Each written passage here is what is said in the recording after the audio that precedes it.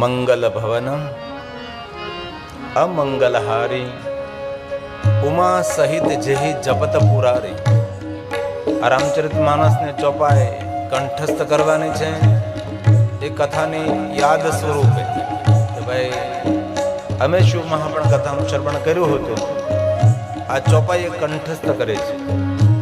મોબાઈલમાં રેકોર્ડિંગ કરી શકો છો, લખી શકો છો અથવા યાદ રાખી શકો છો. સરળ છે, કઠિન નથી. મંગલ ભવન અમંગલહારી ઉમા સહિત જેહી જપત પુરારી. ઉમા સાથે મહાદેવ જેમને યાદ કરે છે, શ્રી હરિ ભગવાન શ્રી રામ અમારું મંગલ કરો. ત્યારબાદ 3 વખત ભગવાન નારાયણને યાદ કરવાના છે. ઓમ શ્રી નારાયણાય નમઃ, ઓમ શ્રી નારાયણાય નમઃ, ઓમ શ્રી નારાયણાય નમઃ. સરળ છે, ધારો તો આપ કંઠસ્થ કરી શકો છો, આપ યાદ રાખી શકો છો. આવો ભાવ છે અને આદરથી.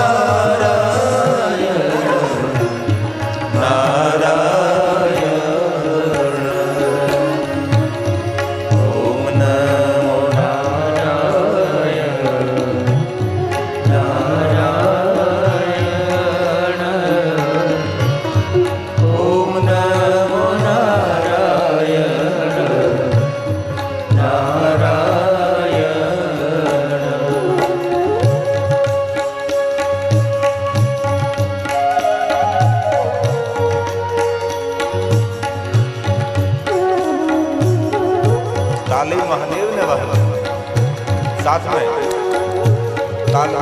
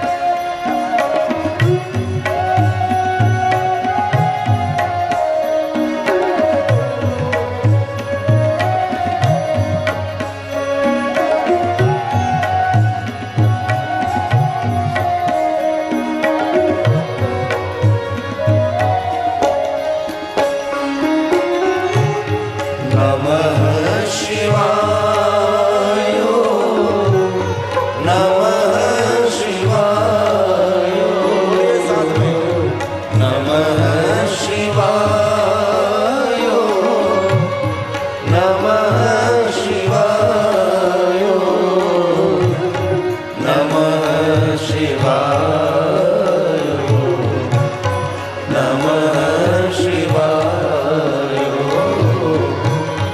નમઃ શિવાય નમઃ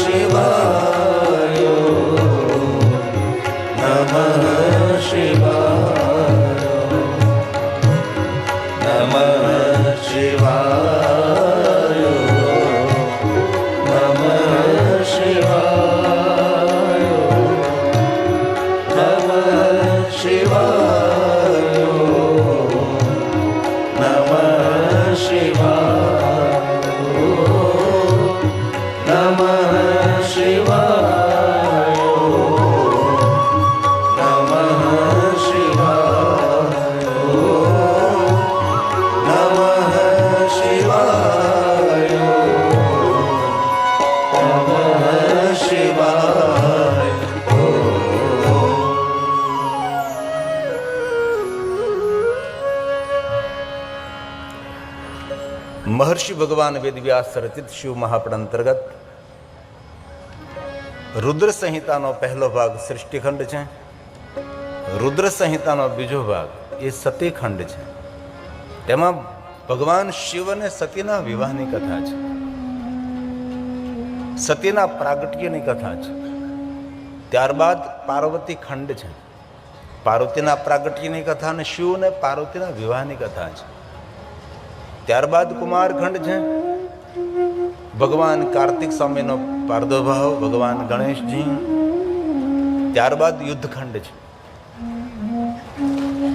દિવ્ય અને અતિ રસપ્રદ ભગવાન મહાદેવની કથા છે.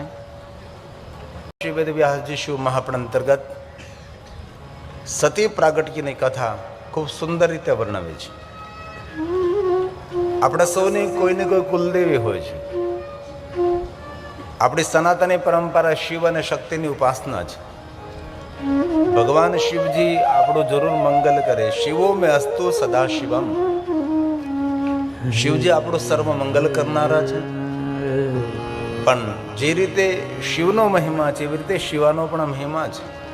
શિવ મહાપુરાણ ગ્રંથની અંદર માતા આદ્ય જગદંબાનો ખૂબ મહિમા છે. જેટલા ભગવાન શંકરજીના નામો છે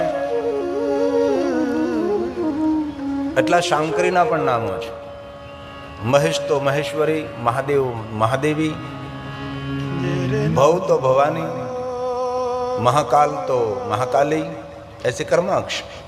સૌના અલગ અલગ કુલદેવ હોય છે. કોઈના ચામુંડા હોય છે, કોઈના ભવાની, કોઈના બુટ ભવાની, કોઈના માતા ખોડિયાર, કોઈ અંબા. સૌની રીતે કોઈની મહાકાલી કુલદેવી હોય છે, કોઈની હિંગળાજ માતા કુલદેવી હોય છે. કોઈના કુલમાં રાંદલ માતાની ઉપાસના થતી હોય છે. આપણે ગુજરાતની અંદર વિશેષ કરીને સૌરાષ્ટ્ર આ બાજુ આપણે વિશેષ કરીને રાંદલમાંને તેડતા હોય છે. રાંદલના દડવા પણ આપણે છે. આમાં અનેક ભાઈઓ બહેનોની કુલદેવી રાંદલ માતા પણ હશે. અમારા 10 નામની અંદર આમ તો અમે હિંગળાજમાંના ઉપાસક, પણ મહાકાલી પણ અમારી કુલદેવી, અને કુલ પરંપરા પ્રમાણે અલગ અલગ સૌની કુલદેવી હોય છે. અમારા કોઈ કુલની અંદર રાંદલ માતાની પણ ઉપાસના કરીએ છીએ. જે માતા રાંદલની उपासना करे सूर्यनारायण विशेष प्रकार तेना पर कृपा रहे। आइए कथा का प्रारंभ करें। इससे पहले 1 मिनट के लिए रांदल माता को प्रणाम।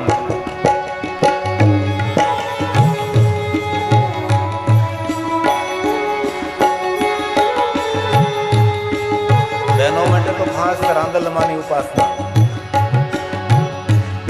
માતા રાંદલ આવો ને મારે આંગણે.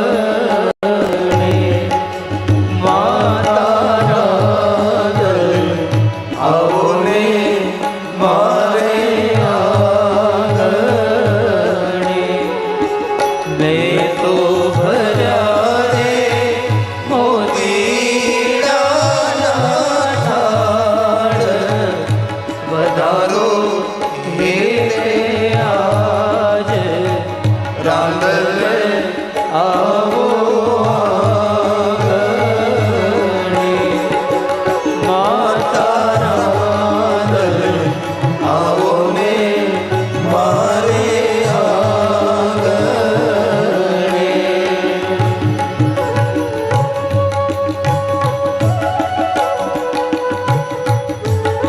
अपने अपने कुल देवी को याद करें. દરેકની કુલ દેવી અલગ અલગ હોય. પણ શિવ મહાપુરાણ ગ્રંથમાં કહ્યું કે જેમને કુલ દેવીની ખબર ન હોય એ માતા ઉમૈયાને પોતાની કુલદેવી તરીકે સ્વીકારી શકે છે. જેને પોતાના કુલ દેવતાની ખબર ન હોય એ ભગવાન શિવજીને પોતાના કુલ દેવતા તરીકે સ્વીકારી શકે છે. इसलिए अपने अपनी देवी को याद करें.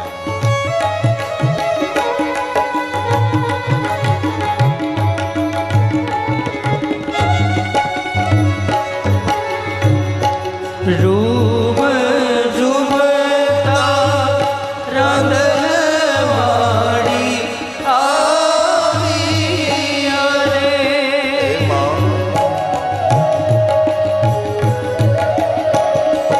રૂમ ઝુમતા રાંદલ વાળી આવી રે. આવ્યા દુખિયાના દીન દયાળ, લેવાની સંભાળ રાંદલ આવ્યા આંગણે. માતા રાંદલ આવો ને મારે આંગણે.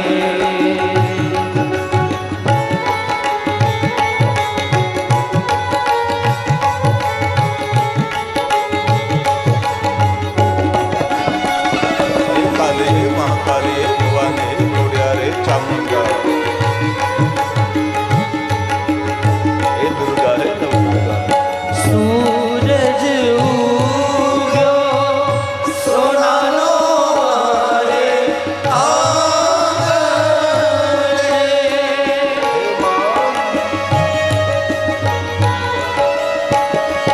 સૂરજ ઉગ્યો સોનાનો મારે આંગણે. મારા હૈયે હરખનામાય આનંદ રૂડો થાય. રાંદલ આવ્યા આંગણે. માતા રાંદલ આવો ને મારે આંગણે. મેં તો ભર્યા રે મોતીડાના ઠાડ, વધારો હેલે આજ રાંદલ આવ્યા આંગણે. આવો ને મારે આંગણે. માતા રાંદલ આવો ને મારે આંગણે.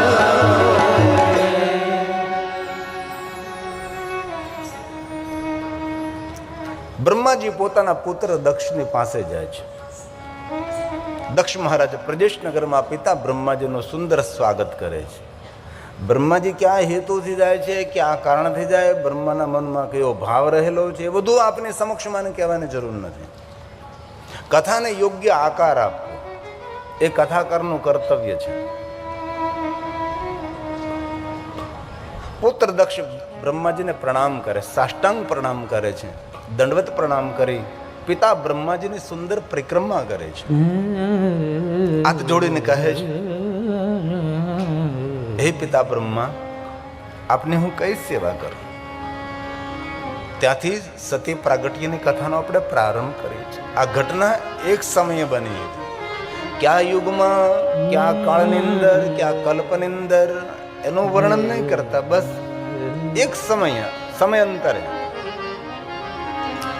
એતસ્મિન્નંતરે દેવ મુનિ લોક પિતામહ બ્રહ્માજી તત્રાગમ્યં પ્રીત્યા જ્ઞાત્વા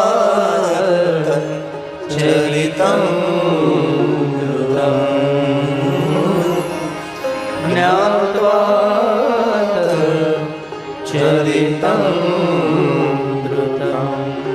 બ્રહ્મા પુત્રના પુત્ર દક્ષને કહે છે, દક્ષ મહારાજ, આપની પાસે તેટલા માટે આવ્યો છું, આપના આંગણે દીકરીનો જન્મ થાય. જેમના આંગણે દીકરી જન્મે છે તેનું આંગણું તીર્થ કહેવાય છે, એમનું આંગણું પાવન કહેવાય છે. તેથી એવી અપેક્ષા લઈને આવ્યો છું કે આ તમારા આંગણે દીકરી જન્મે, સામાન્ય પુત્રી નહીં. જગતનું હિત, લોક હિત, ધરાને મંગલ કરનારી આવી દિવ્ય પુત્રી આપના ઘરે જન્મ લે. પિતાજી, આપ મને માર્ગદર્શન કરો, હું શું કરું? બ્રહ્મા પુત્ર દક્ષને કહે છે, દક્ષ મહારાજ, તેના માટે આપ આદ્ય શક્તિ ભવાનીનું આરાધના કરો. સ્વયં જગદંબા આપના પુત્રી બને, જગતને પાવન કરે, આપનું દાંપત્ય જીવન પૂર્ણ બને, આપનું દાંપત્ય જીવન ધન્ય બને. બ્રહ્માજી સુંદર પોતાના પુત્ર દક્ષ મહારાજને માર્ગદર્શન કર્યું છે ને દક્ષ મહારાજ પુત્રીના પ્રાપ્તિ માટે તપ કરવા જવા માટે બ્રહ્માની આજ્ઞાનું પાલન કરે છે. અને દક્ષ વીરણીને કહે છે, વીરણી, પિતા બ્રહ્માજીએ કહ્યું છે આપણા આંગણે પુત્રનો જન્મ થાય, આદ્ય શક્તિ ભવાનીનું આરાધન કરવા માટે હું જઈ રહ્યો છું. વીરણીએ ખૂબ પ્રશંસા કરી છે. ઘણા સમયથી મારા મનમાં એક વાત હતી કે મારા આંગણે દીકરીનો જન્મ થાય, આંગણું પાવન થાય, દાંપત્ય જીવન પૂર્ણ થાય. નગરના માણસોને ખબર પડે કે પ્રજેશ ઘનઘોર જંગલમાં જઈને તપસ્યા કરે છે, પુત્રી પ્રાપ્તિ માટે દીકરીનો જન્મ થાય. આપણા શાસ્ત્રોમાં જેટલો મહિમા દીકરાનો છે તેટલો જ મહિમા દીકરીનો હોઈ શકે છે. ઋષિ મુનિઓની એવી ભૂલ ન હોઈ શકે કે દીકરાનો જ મહિમા ગાવામાં આવે, દીકરીઓનો મહિમા ન ગાઈ શકે. પણ ઘણી વાર કોઈ વસ્તુ ગુપ્ત રહી, પ્રચાર પ્રસાર ન થયો, લોકો સુધી યોગ્ય વાત ન પહોંચી, એટલે ઘણી વાર સમાજની અંદર ગેરસમજ ઊભી થઈ. એ તો સારું છે કે સમાજની અંદર જાગૃત માણસો આવ્યા, સમાજની અંદર કોઈ નવી દિશા, નવી વાત લઈને આવ્યા. દૂધ પીતી પ્રથાને બંધ થઈ, દહેજ પ્રથાઓ ઉપર વિરોધ કરવામાં આવ્યો, દહેજ પ્રથા બંધ થઈ, સતી પ્રથા બંધ થઈ. ત્યારબાદ આપણે સૌ ટેકનોલોજીનો દુરુપયોગ કરી ભ્રૂણહત્યા કરવા લાગ્યા. એ પણ જાગૃત માણસોએ ભ્રૂણહત્યા પણ બંધ કરાવી. સમાજના ડાહ્યા માણસો જ્યારે ખબર પડી કરે દીકરાઓની સંખ્યા વધતી જાય છે, દીકરીઓની સંખ્યા ઓછી થતી જાય છે, ત્યારે સમાજ જાગૃત થયો અને ભારત દેશની અંદર બેટી બચાવોના આંદોલનો શરૂ થયા. લોકોને જાગૃત કરવામાં આવ્યો કે બેટી બચાવો, દીકરીને પઢાવો, દીકરી બચાવો. જો માણસ આમને આમ ચાલતો રહ્યો તો પુરુષોની સંખ્યાની વૃદ્ધિ ઘણા સમાજની અંદર 1000 દીકરાઓ 300 દીકરીઓ, તેની સામે સમાજ મુશ્કેલીમાં મુકાણો છે. તેથી આ દીકરાનો જેટલો મહિમા છે એટલો દીકરીઓનો પણ મહિમા હોય છે. દીકરો જન્મે કે દીકરી જન્મે, ભેદ ભરેલી આપણી દ્રષ્ટિની હોય છે. અને વર્તમાન યુગની અંદર આપણે જોઈ સમાજની અંદર દીકરાઓ જરૂર મા બાપની સેવા કરતા હશે, એમાં કોઈ વિરોધ નથી આપણો, પણ દીકરાઓ જે મા બાપનું ધ્યાન રાખે એના કરતાં વધારે વર્તમાન યુગમાં દીકરીઓ મા બાપનું ધ્યાન વધારે રાખે છે. આપણે સમજી શકીએ છીએ દીકરાને જરૂર માતા પિતા પ્રત્યે આદર હોય જ, પણ દીકરીના હૃદયમાં જે માતા પિતા પ્રત્યે આદર હોય છે તેની સમાન તો ન જ હોઈ શકે છે. તેથી ભગવાન દીકરો આપે તો આપણે પરમાત્માના આશીર્વાદ સમજો, અને જો ભગવાન દીકરી આપે તો પરમાત્માનો વિશ્વાસ અને શ્રદ્ધા સમજો કે આમનું દીકરી આપું છું, દીકરાનું યોગ્ય રીતે પાલન પોષણ કરશે. સંસ્કાર સંપન્ન દીકરી પિતાને ઘરે હોય છે ત્યારે લક્ષ્મી હોય છે, પણ સંસ્કાર સંપન્ન દીકરી જ્યારે પિતાનું ઘર છોડીને પતિના ઘરે જાય છે ત્યારે દીકરી લક્ષ્મી નથી, એ દીકરી મહાલક્ષ્મીનું રૂપ લે છે. એના કુટુંબને સુખ આપે છે અને શાંતિ આપે છે. દીકરીઓ ખૂબ ભણવું જોઈએ, પગભર થવું જોઈએ.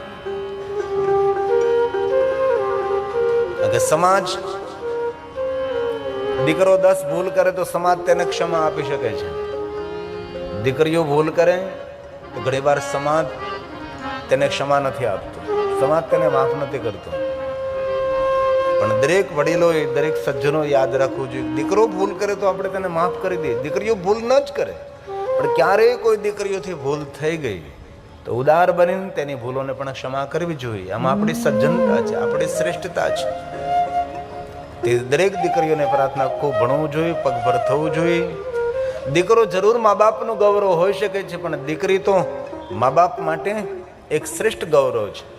આપણે સમાજમાં જોઈએ છીએ કોઈ બાપનો દીકરો ડોક્ટર, ઓફિસર, પ્રોફેસર હોય તો જરૂર એ પિતા કહેતો કે મારો દીકરો ડોક્ટર છે, ઓફિસર છે, પ્રોફેસર છે, ક્લાસ 1 ઓફિસર છે.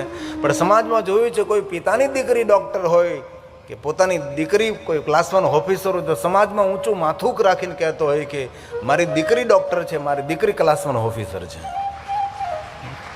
પિતાની પ્રતિષ્ઠા દીકરો છે જ, પણ દીકરી એ પિતાની પ્રતિષ્ઠા દુગુની છે. અને દરેક દીકરીઓને પણ પ્રાર્થના છે મારી, આપણે તો અંતરિયાળ ગામડામાં રહીએ છીએ તો આપણે સારા છે, બહુ ધ્યાન રાખીએ છીએ, પણ હર દીકરીઓને મારી પ્રાર્થના છે, ભણો ગણો, પગભર થાવ, આકાશમાં ઉડો, દરેક પ્રકારે તમને છુટ્ટી છે, પણ લગ્ન કરો તો પોતાના સમાજમાં જ કરો, એવી એક હૃદયની પ્રાર્થના છે. દરેક દીકરીઓને પ્રાર્થના, તમારા માતા પિતાએ હિત અને પ્રેમ અને લાગણી અને પ્રેમથી તમને મોટા કર્યા છે, તો તમારા માતા પિતાને કન્યાદાન કરવાનો અવસર આપજો, એવી હૃદયની એક દીકરીઓને પણ મારી પ્રાર્થના છે. વર્તમાન યુગની અંદર ઘણા મા બાપો દેખાદેખીમાં પોતાની દીકરીઓના લગ્નમાં ખૂબ મોટા મોટા ખર્ચ કરે છે. કરવા જોઈએ, તેનો વિરોધ નથી, પણ આપણે યોગ્યતા પ્રમાણે.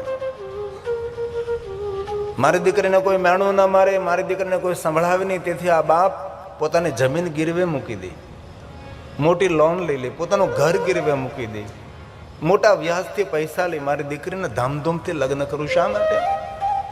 મારી દીકરીના લગ્નમાં થોડું કાંઈ ઓછું રહી જાય તો સાસરિયા પક્ષવાળા તેને સંભળાવશે. દીકરાના લગ્નમાં કદાચ બાપ થોડો કંજૂસ બને, થોડો ઓછો ખર્ચ કરે, દીકરાના લગ્ન છે. પણ કોઈ બાપની જ્યારે દીકરી હોય ને દીકરીના લગ્ન જ્યારે બાપ કરતો હોય ત્યારે બાપ ઉદાર બને છે. થોડી પણ કમી ન રહે, થોડું પણ ઓછું ન રહે. કાલ સવારે મારી દીકરી જે ઘરમાં જાય એ ઘરની અંદર કોઈ તને સંભળાવે નહીં કે અમે મોટી જાન લઈને આવ્યા, પણ તારા બાપે કઈ વ્યવસ્થા ન કરી, તારા બાપે કઈ સગવડતા ન કરી, તારા પિતાએ આ ન આપ્યું, તારા પિતાએ તે ન આપ્યું, એવું સંભળાવે નહીં. તેથી અનેક પિતાઓ માથા પર કરજો કરી દીકરાના લગ્નમાં મોટો ખર્ચ કરતા હોય છે. સમાજ તમે ગમે એટલું સારું કરશો તો પણ નબળું જ બોલવાનો છે. દીકરીને ગમે તેટલું આપશો એના સસરા પક્ષને ઓછું જ પડવાનું છે. માનસિક રીતે તૈયારી રાખવાની છે. પણ સાધુ તરીકે હૃદયની વિનંતી કરી કે દીકરીના લગ્નમાં જરૂર આપ 50 લાખનો ખર્ચ કરજો જ. પણ એવી એક હૃદયની લાગણી ખરી કે 50 લાખ રૂપિયાનો દીકરીના લગ્નમાં ખર્ચ કરતા હો તો 25 લાખ રૂપિયાનો લગ્નમાં ખર્ચ કરજો, અને 25 લાખ રૂપિયા જે બચે દીકરીના નામથી ડિપોઝિટ મૂકી દેજો, જેથી કરીને આવતા સમયમાં એ દીકરીને ખૂબ ઉપયોગી પડે છે. કારણ કે ઉગતા સૂર્યને સૌ કોઈ પ્રણામ કરે છે, અને સૂર્ય જ્યારે અસ્ત થાય છે ત્યારે સૌ પોતાના બારી દરવાજાઓ બંધ કરે છે. આવતીકાલના દિવસો આપણા માટે કેવા હોય આપણને ખબર નથી, તેથી બહુ જરૂરી છે. આજે લોકો દેખાદેખીમાં ઘણા મોટા ખર્ચ કરે છે. આ ગામની અંદર અનેક માણસોના મોટા મોટા વિવાહ થયા છે, લાખો રૂપિયાના ખર્ચ કર્યા હશે, અકલ્પનીય ખર્ચ કર્યો હશે, મોટો મોટો દેખાવ કર્યો હશે, પણ કોણ યાદ રાખે? કોઈ યાદ ન રાખે. કોઈ પત્રિકા તમારા હાથમાં આવે ત્યારે આપણને એમ થાય કે ઓહો, એક પત્રિકા 3,000 રૂપિયાની, એક પત્રિકા 5,000 રૂપિયાની, એક પત્રિકા 7,000 રૂપિયાની, એક પત્રિકા. હમણાં જે પત્રિકા આવી હતી, પત્રિકાની કિંમત 7,000 રૂપિયા હતી ને એવી એ માણસે 5,000 પત્રિકાઓ છપાવી હતી. કેટલો ખર્ચ કર્યો હશે. વિવાહ પત્રિકા ગમે એટલી તમે મૂલ્યવાન બનાવો, એ હંમેશા કચરા પેટીમાં જ આવવાની છે. તમે યાદ રાખવાના છો વિવાહ પત્રિકા, બાકી કોણ રાખે? કોણ ઘરમાં સંગ્રહ કરે? ગમે એટલી મોંઘી વિવાહ પત્રિકા હોય તો કઈ કોઈ તિજોરીમાં નથી મૂકતા ને.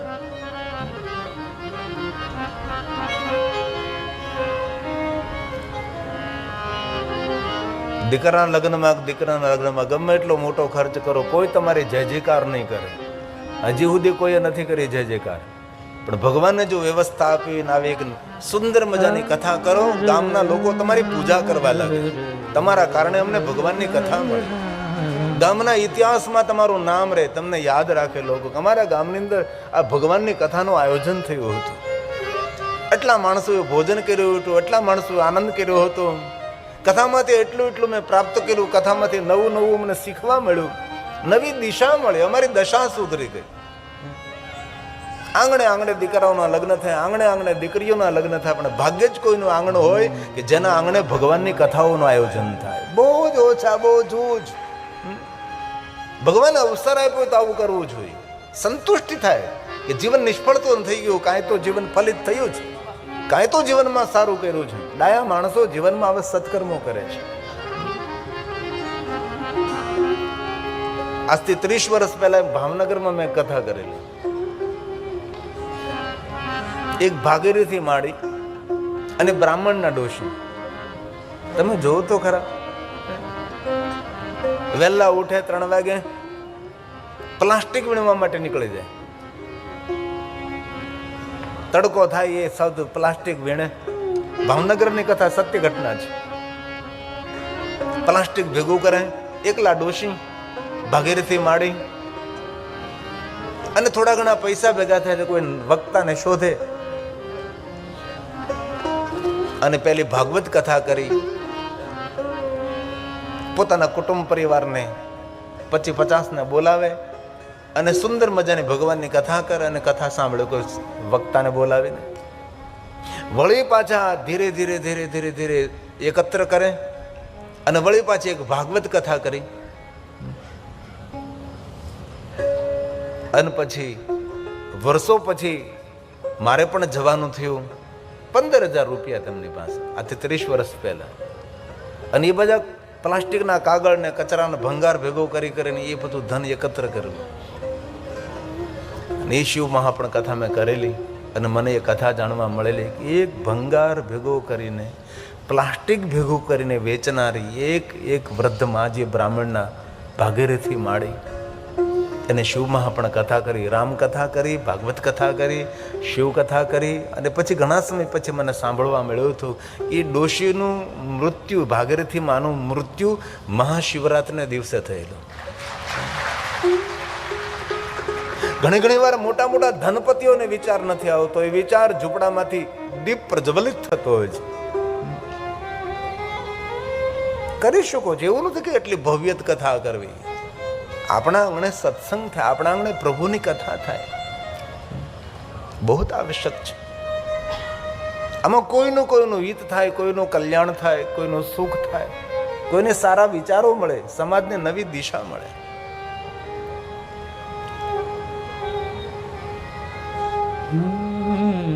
આપણે એક પંક્તિ ગાઈએ છીએ, દીકરી તો પારકી થાપણ કહેવાય. હવે સમય સંજોગો જોઈને આ પંક્તિને બદલવાની પણ જરૂર છે ને. દીકરીને શા માટે પારકી કહેવી જોઈએ? દીકરાને કહો ને તું પારકો થાપણો છે. દીકરી શા માટે? આપણે વર્ષોથી ગાતા આવી દીકરી તો પારકી થાપણ કહેવાય. પણ હવેથી આ પંક્તિ થોડી બદલવાની જરૂર છે. અને ઘણા મેં વડીલો જોયા છે, ઘણા ડાયા માણસો જોયા છે, પોતાની જે કમાણી હોય એ દીકરા દીકરીને સરખે ભાગે વહેંચે છે. જેટલો ભાગ દીકરાનો હોય એટલો જ ભાગ દીકરીઓને પણ આપતા હોય છે. સમાનતા દેખાવા લાગી છે, સમાજમાં સારું દેખાવા લાગ્યું છે. તેથી આજથી દીકરી પારકી થા પણ નહીં.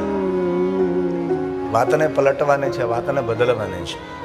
જો વાત સારી લાગે જરૂર સ્વીકારજો, ન સારી લાગે તો આપના મનની ઈચ્છા. દીકરી તો આપણી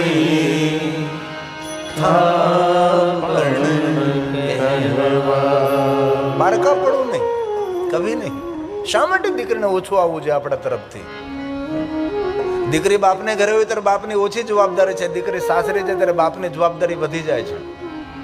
એવું નહીં સમજો કે સાસરે વળાવી દીધી એટલે હાથ ધોઈ નાખ્યા. નહીં નહીં, જેટલી દીકરાની જવાબદારી તમારા ઉપર છે એટલી દીકરીઓની પણ જવાબદારી હોવી જ જોઈએ.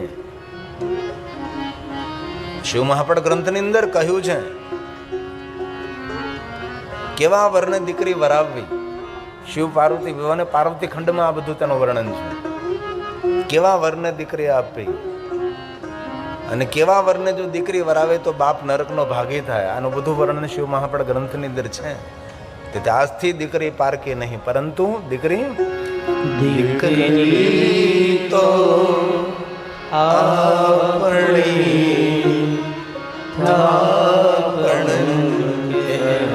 બીજી પંક્તિ કેવી છે? દીકરીના ગાય દોરે ત્યાં જાય.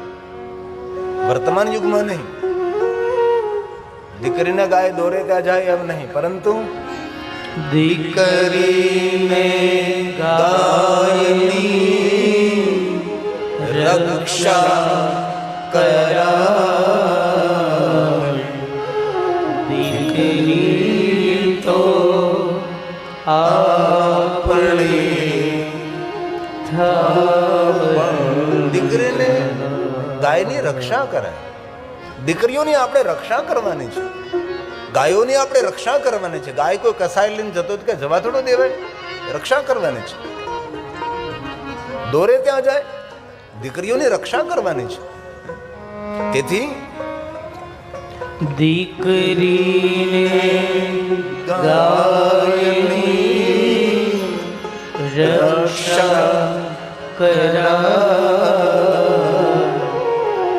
દીકરી તો આપણી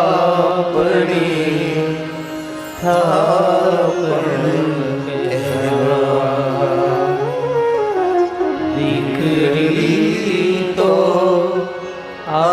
આપણી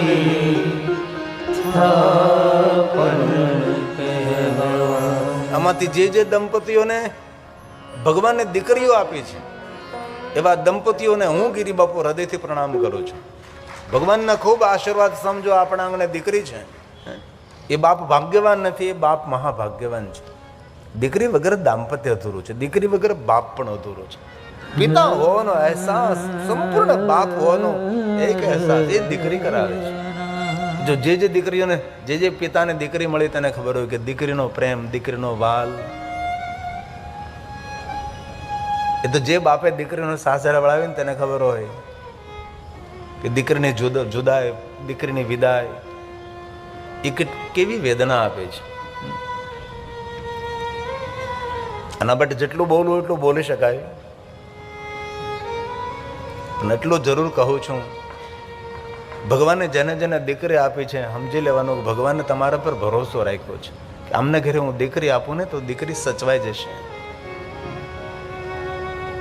દીકરાનો ભલે અપમાન થાય, ક્યારેક ન કરવું જોઈએ દીકરાઓનું પણ અપમાન, પણ દીકરીઓનું તો ભૂલથી અપમાન ન કરે. આપણા ઘરના બે મહેમાનો છે, એક તો ઘરનો વડીલ પણ મહેમાન છે, 80 વર્ષનો થયો, 90 વર્ષ, કેટલા વર્ષો તમારા ઘરે રહેશે, એનું સન્માન કરીએ આપણે. દીકરી પણ આપણા ઘરની મહેમાન છે, 20 વર્ષની થઈ, 25 વર્ષની થઈ, કેટલા દિવસ આપણા ઘરે, બે આંસુ પાડીને દીકરી જતી રહેશે. તેથી દીકરી પણ આપણા ઘરની મહેમાન છે, તેને પણ આપણે ખૂબ સન્માનિત કરીએ. આપણા ઘરને વડીલો પણ આપણા ઘરના મહેમાન છે, એમને પણ ખૂબ આદર આપીએ આપણે. તેથી એવું ન સમજો કે આપણા શાસ્ત્રોમાં દીકરાનો જ મહિમા છે. જેટલો દીકરીઓનો મહિમા એટલો દીકરાનો મહિમા, જેટલા દીકરાનો મહિમા એટલો જ દીકરીઓનો મહિમા છે. નગરના લોકો મળવા આવે છે દક્ષ મહારાજને. દક્ષ, અમે સાંભળ્યું છે કે આ પુત્રી પ્રાપ્તિ માટે તપસ્યા કરવા જઈ રહ્યા છે. પિતા બ્રહ્માજીએ કહ્યું છે. નગરના લોકોએ આ વાતને ખૂબ વધાવી છે. સમાજને એક નવી દિશા, સમાજને નવો વિચાર આપી રહ્યા છે. અને દક્ષ મહારાજ ઘનઘોર જંગલમાં તપસ્યા કરવા જાય છે. મા જગદંબાનું આરાધન કરે છે. માતા ભવાનીની સુંદર સ્તુતિ કરે છે. દક્ષ મહારાજ આદ્ય શક્તિ ભવાનીને યાદ કર્યા છે. બહુ લાંબી સુંદર સ્તુતિ છે. શિવ મહાપણ અંતર્ગત છે. હે માં, આપને યાદ કરું છું. હે માં, હે મહેશ્વરી, હે સનાતની, હે શંકરી, હે મહાકાલી, હું આપને યાદ કરું છું. દક્ષ મહારાજ બોલે છે, મહેશાની નમસ્તુભ્યં. દક્ષ મહારાજે માતા ભવાની જગદંબાને યાદ કર્યા છે. કઠિન તપસ્યા કરી છે કે હે માં, આપ મને દર્શન આપો, આપ મને દર્શન આપો. દર્શનની અભિલાષા એક છે કે સ્વયં માં જગદંબા અંબા દક્ષ મહારાજના પુત્રી બને, ધરાને ધન્ય કરે અને જગતનું મંગલ કરે, જગતનું હિત અને કલ્યાણ કરે. દક્ષ મહારાજ માતા જગદંબાનું આરાધન કરે છે. મહેશાની નમસ્તુભ્યં જગદંબે સનાતની. કૃપા ગુરુ મહાદેવી સત્યે સત્યમ સ્વરૂપિણી.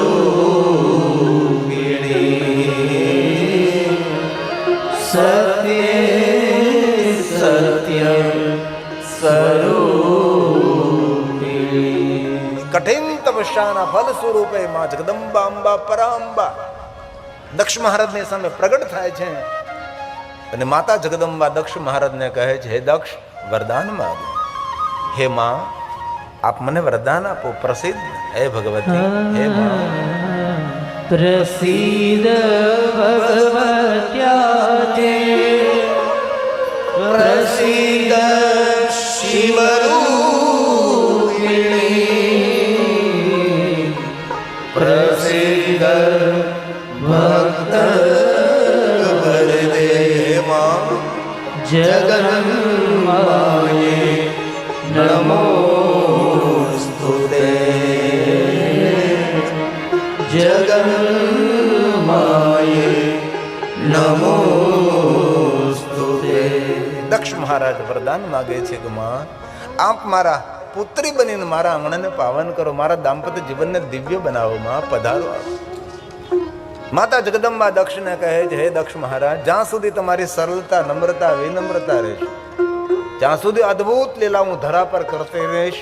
પણ જ્યારે આપ અહંકારી, અભિમાની, ઘમંડી બની તમારી સરળતા જતી રહેશે, જ્યારે આપ સૌનો અનાદર સાથે મારો પણ જ્યારે અનાદર કરશો, ત્યારે એ સમયે મારી લીલાને હું પૂર્ણ કરીશ. માં